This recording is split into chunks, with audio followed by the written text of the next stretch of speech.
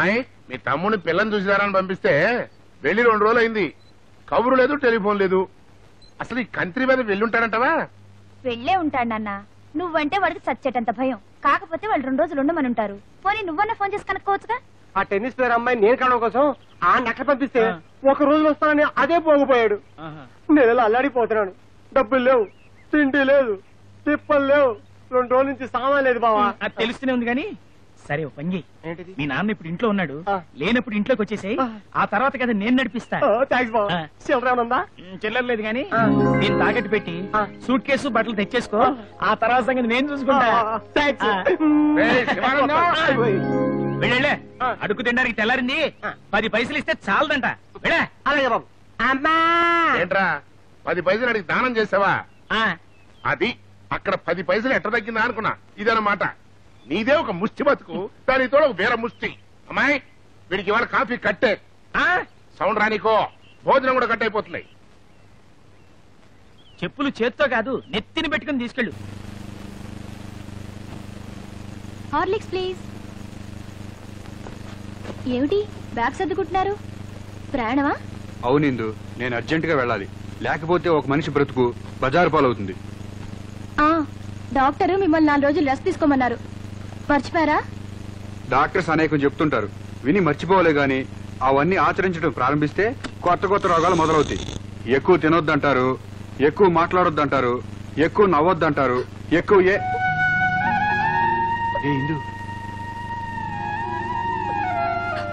అదేంటి, దేనికా కన్నీరు? నేను వెళుతున్నాననేగా. వెళ్తే వెళ్ళండి, ఎవరో బజారు పడతారన్నారుగా. నేనేమైపోతే మీకే? ప్లీజ్ అలా మాట్లాడకు. నీకంటే నాకెవరూ ముఖ్యం కాదు. కానీ 1 రోజులో వస్తానని ఒకరికి మాట ఇచ్చాను. అవునులేండి, గాయం మానేదాకా ఉండమని అడిగాను, కానీ మీరు మాట ఇవ్వలేదుగా. అబ్బా ఇందు, ఇక్కడ నువ్వు అక్కడ వాడు. అదే ఆ వ్యక్తి. ఏం చేయమంటావు చెప్పు. సరే నేనుండిపోతాను. నువ్వు నవ్వుతూ సాగనంపేదాకా నేను వెళ్ళను, సరేనా? ఒరే బావా, బావా, నీ బాబు తారు డ్రమ్ములో దొర్లుకుంటూ వస్తున్నాడు. దాక్కో దాక్కో. అమ్మాయి నాకేదో అనుమానంగా ఉంది. అనుమానంగా ఉంటే ఆలస్యం ఎందుకు? అది కాస్త తీర్చురండి. నర్మయ్, నా అనుమానం అది కాదు. అసలు ఈ విధవ ఆ ఊరు పెళ్లి చూపులకి వెళ్ళాడా లేక ఎక్కడన్నా అడుక్కు తింటున్నాడా అని. టేబుల్ కింద తింటున్నాడు. సౌండ్ లీక్ అవుతుంది. అబ్బే, ఎవరికి ఎక్కిళ్ళు? నాకే మావయ్య. అయితే తలపైకి ఎత్తో గ్లాస్ ఉండి లోట పోసుకో. మీరు మాత్రం కిందకి చూడకండి. శరీరంలో శక్తి వృధా అవుతుంది. అది నిజమే. అట్లా సౌండ్ చేయకు, ఏదో అరిచినట్టుగా ఉంది.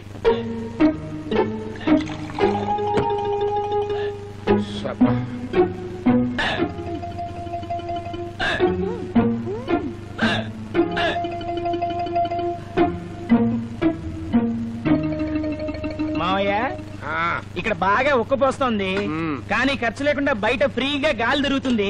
బయటికి వెళ్దాం పదండి. నువ్వు ఉండవయ్యా, పిల్లని చూసినారా అని పంపిస్తే అసలు వీడి ఏమైనట్టు? కొంప తీసి కట్నం తీసేసుకుని కళ్యాణం చేసేసుకుని కార్యం కూడా కానిచ్చేసి కాపురం అక్కడే పెట్టేసాడా కర్మ. అదేం జరిగి ఉండదు. గుడ్డలు లేకుండా గడ్డాలు పెంచుకుని తిరుగుతూ ఉండొచ్చు. ఎందుకంటే ఊహించావు? ఉత్తినే, ఏం ఖర్చు లేదు కదా అందుకని. ఏమిటోనే అమ్మాయి, ఒక్కసారి ఫోన్ కొట్టి మాట్లాడితేనే గానీ నాకు మనశ్శాంతి ఉండేట్టుగా లేదు. ఇంట్లోంచి ఆ ఊరికి ఫోన్ చేస్తే ఎంత ఖర్చు అవుతుందో తెలుసా? 252 రూపాయలు అవుతున్నాయా? నేనేమంతా ఎర్రోని కాదు, మన ఫోనే వాడటానికి. రా చెప్తా. ఆ సంచి పట్టుకో.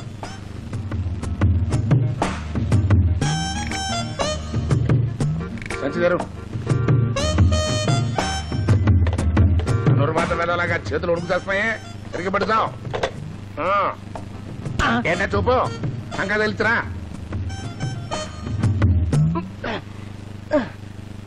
నాన్న వాళ్ళకి గాని ఫోన్ చేశాననుకో మొత్తం కప్ అయిపోద్ది.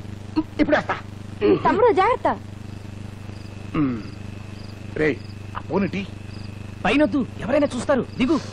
అది పాయింటే, కిందకు వస్తానుండు. జాగ్రత్త.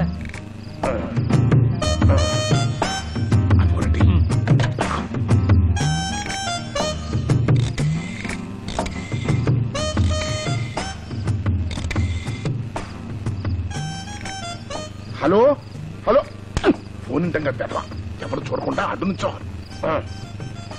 హలో హలో ఏదో డిస్టర్బెన్స్ ఫోను హలో హలో సౌభాగ్యం గారా నేనండి సన్యాసిరావుని నమస్కారం అన్నయ్య గారు. ఇంతకీ మా వాడు ఎలా ఉన్నాడు? అలాగా అలా అన్నాడా? అలా ఎలా అన్నాడు? హలో హలో ఎలాగా హలో హలో చెప్పకుండానే కట్ అయిపోయింది. ఏంటి మావయ్య ఏమైంది? ఏమవుతుంది? నువ్వు ఇలా కన్నార్పావు అక్కడ లైన్ కట్ అయింది. ఫేస్ వాల్యూ ఎట్లాంటిది? అది సరే గాని మావయ్య అసలు ఏం జరిగింది? ఏం జరిగిందిరా? నా కొంప మునిగింది. ఆ పిల్లవాడికి నచ్చిందిట. పైగా ఆ పిల్లని చేసుకోకపోతే ఉరేసు చస్తానంటున్నాడు. పిల్ల నాకు నచ్చితే చాలు మా నాన్నెవడు చేతిరాజు కళాశకండ్రి మాసపత్రి ఇట్లాంటి దరిద్ర మాటలు ఎన్నో అన్నట్రా. మీ పిల్లలు వినకూడదులే. ఒరేయ్ యాతావాత వాడి పరిస్థితి చూస్తుంటే కానీ కట్నం కూడా తీసుకోకుండా ఆ పిల్ల మెళ్ళలో 3 ముళ్ళు వేసేట్టుగా ఉన్నాడు. నా కొంప ముంచెట్టుగా ఉన్నాడు. ఇట్ట కాదు కానీ నేనే స్వయంగా వెళ్ళి ఈ విషయం ఏంటో తేల్చుకొచ్చేస్తా. అలాగే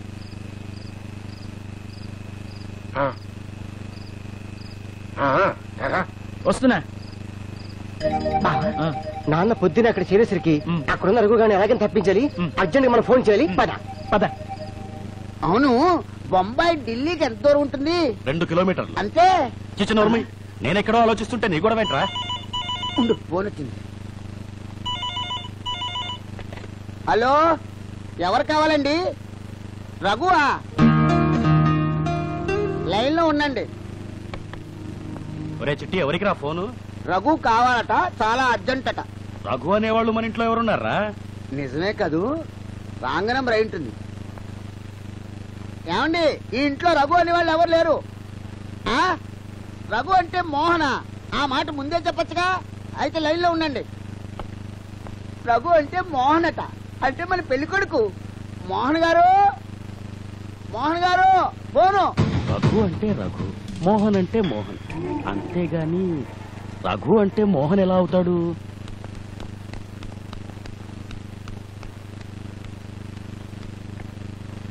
హలో హలోనా నీ మోహనా? నేను మోహన్ని. ఏమయ్యా నీకైనా బుద్ధుందా? చూసి రావా మగడా అంటే అక్కడ సెటిల్ అయిపోతా. అసలు గతేవాలా? ఇక్కడ మా బావ పరిస్థితి పరమ బేవర్స్ గా తయారైంది. ఇంట్లోకి రాలేడు, బయటికి పోలేడు, మీసాలు పెరిగాయి, గడ్డాలు పెరిగాయి, కొద్ది రోజులైతే గుడ్డలు లేకుండా తిరిగాడు. ఇవన్నీ ఫోన్ చెప్పాలా? ఇప్పుడు మా నాన్న అక్కడికి వస్తున్నాడు, బయలుదేరాడు, సగం దారిలో వచ్చి ఉంటాడు. ఆయనకి అసలు విషయం తెలిసిందో నిన్ను చంపుతాడు, నన్ను చంపి తింటాడు. బాబు నువ్వు చేసిన సర్వీస్ చాలు గాని ఇమ్మీడియట్ గా మూటా ఉల్లి సర్ది బయలుదేరు. ఒక్కసారి అక్కడ ఉండడానికి వీల్లేదు. అర్థమైందా?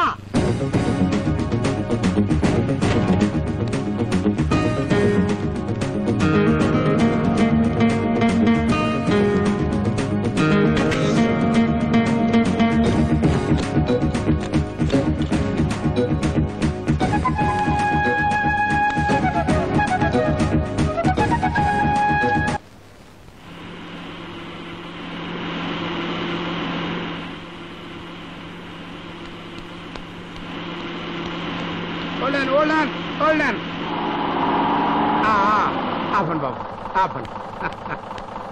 ఎక్కడికి వెళ్ళాలి? రాయవరం వెళ్ళాలి. ఎక్కు.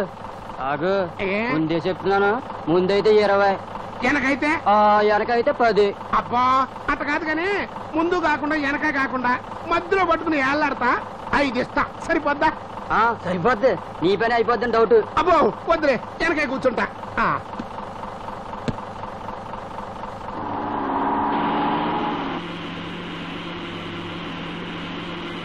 అర్రే ఊరొచ్చేస్తుంది.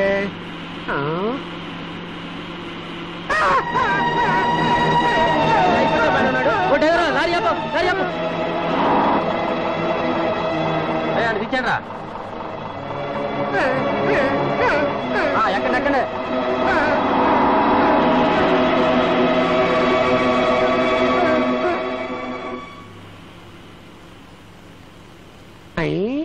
నా దగ్గరే 10 రూపాయలు కొట్టేద్దాం అనుకున్నావా? నాతో పెట్టుకోకరే. ఛాన్స్ దొరికిందంటే ఈ దేశానికి వచ్చిన స్వతంత్రం కూడా కొట్టేస్తా.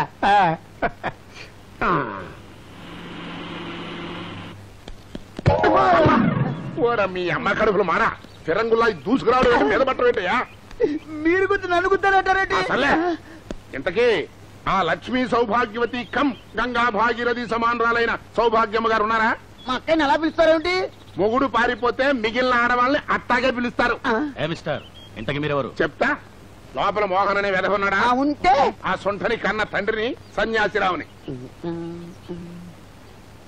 ఇంతకీ మీ అక్కయ్య ఉందా లేదా?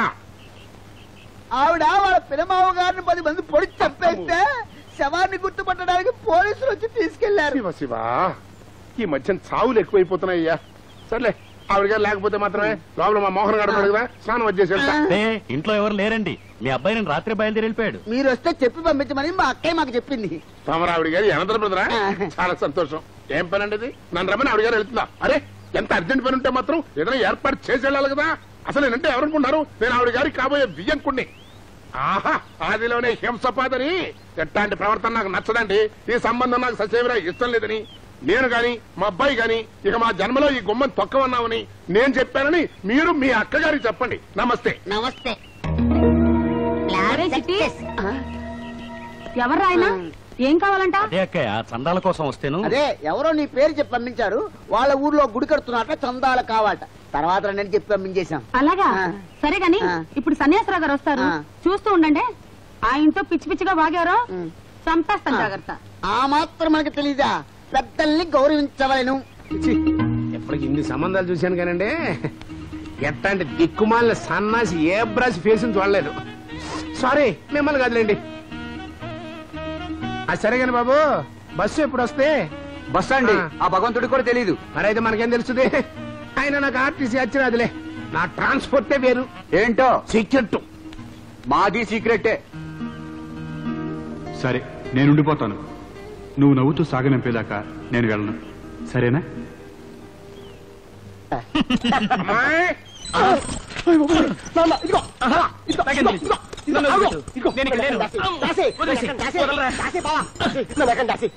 ఒరే బావా, నా మాట విని జరిగింది మొత్తం చెప్పు. చక్కగా సరెండర్ అయిపో. ఎందుకు ఈ టెన్షన్? నిజమే, కానీ నానొచ్చేది పెళ్ళోరింటి కానించే. అక్కడ విషయాలు ఏంటో తెలుసుకోకుండా సరెండర్ అయిపోయినంటే అమ్మో పుల్లోటు తలబెట్టడే. బావా, నేను ఆ బెడ్రూమ్ దాక్కుంటాను. నాను ఓకే. మంచిదా? అటు కాదు, ఇటు ఇటు. ఓకే, నువ్వు అటే.